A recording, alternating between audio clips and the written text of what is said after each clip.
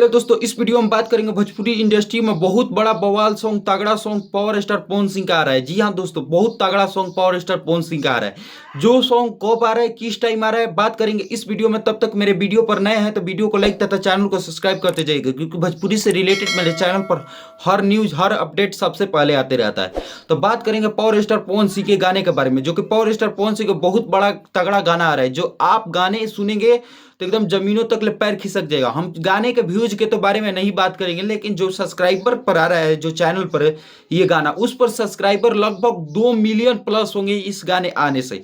उस चैनल पर कोई सब्सक्राइबर नहीं है, कोई हजारों में सब्सक्राइबर नहीं है, और इस पर 2 मिलियन सब्सक्राइबर जाएंगे ये गाने आने से। पावर स्टार पवन सिंह का व्यूज के तो बात ही मत करो।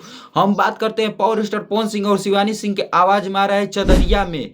ये सबसे पहले मेरे डाउट लग रहा है कि चदरिया में, कदरिया में, ये कौन सा गाने का नाम है भाई? चदरिया में कुछ होगा, गाने आने के बाद हमें पता चलेगा। तब तक हम बात करते हैं कुंदन प्रीत का गाना लिखा हुआ है, और बात करते हैं इसमें म्यूजिक दिए हैं आपके सरगम आकाश। खेसारी लाल यादव का म्यूजिक डायरेक्टर, हाई लेवल का म्यूजिक डायरेक्टर है, जो प्रियांशु सिंह के जरूरत नहीं है आप पावर स्टार पवन सिंह के।